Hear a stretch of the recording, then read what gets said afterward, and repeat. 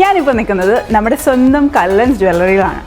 കല്ലൻസ് ജ്വല്ലറിക്ക് branches ആയിട്ട് ആലുവ, പൂക്കാട്ടുപടി, പെരുമ്പാവൂർ എന്നിവിടങ്ങളിലാണ് ഉള്ളത്.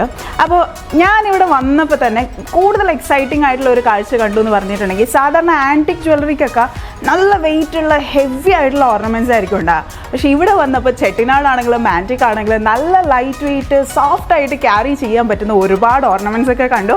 അപ്പോൾ നിങ്ങളെ കൂടുതൽ ഇൻട്രോ അടിച്ച് ഞാൻ ബോറടിപ്പിക്കുന്നില്ല. So let's go.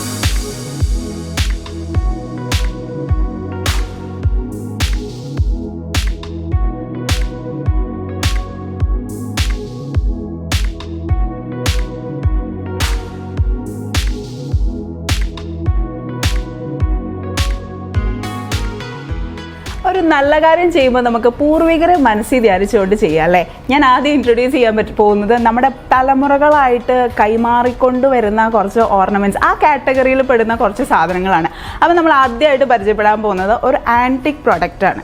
അപ്പം കണ്ടപ്പോൾ തന്നെ നിങ്ങൾക്ക് ഏകദേശം അറിയാം, ലെയർ മാല എന്ന് പറയുമ്പം എല്ലാവർക്കും തന്നെ അറിയാവുന്നതാണ്. കോമൺ ആയിട്ട് ഒരുപാട് ആൾക്കാർ യൂസ് ചെയ്യുന്ന ഒന്നാണ്. ഇപ്പോൾ കല്യാണത്തിനാണെങ്കിലും അല്ല ചുമ്മാ ഒരു ഓണം, വിഷു അങ്ങനെയൊക്കെയുള്ള സന്ദർഭങ്ങളിൽ സാരി, ട്രഡീഷണൽ സാരിയുടെ കൂടെയൊക്കെ നന്നായിട്ട് മാച്ച് ചെയ്ത് പോകുന്ന സാധനമാണ് അല്ലേ. അപ്പോൾ സാധാരണ കാണുന്ന ലെയർ മാലകളിൽ നിന്നും കുറച്ച് വ്യത്യാസമായിട്ട് എനിക്ക് ഒന്ന് രണ്ട് കാര്യങ്ങൾ ഇവിടുത്തെ ലെയർ മാലേനെ പറ്റി പറയാനുണ്ട്. അതായത് ഇതിനകത്തുള്ള ഓരോ ബീഡ്സിലും ഫ്ലോറൽ പ്രിൻറ്റ് കൊടുത്തിട്ടുണ്ട്. അത് കാണാൻ കിട്ടാറ് വളരെ കുറവാണ്. സാധാരണ നന്നായിട്ട് പോളിഷ് ചെയ്ത ബീഡ്സാണ് വരാറ്.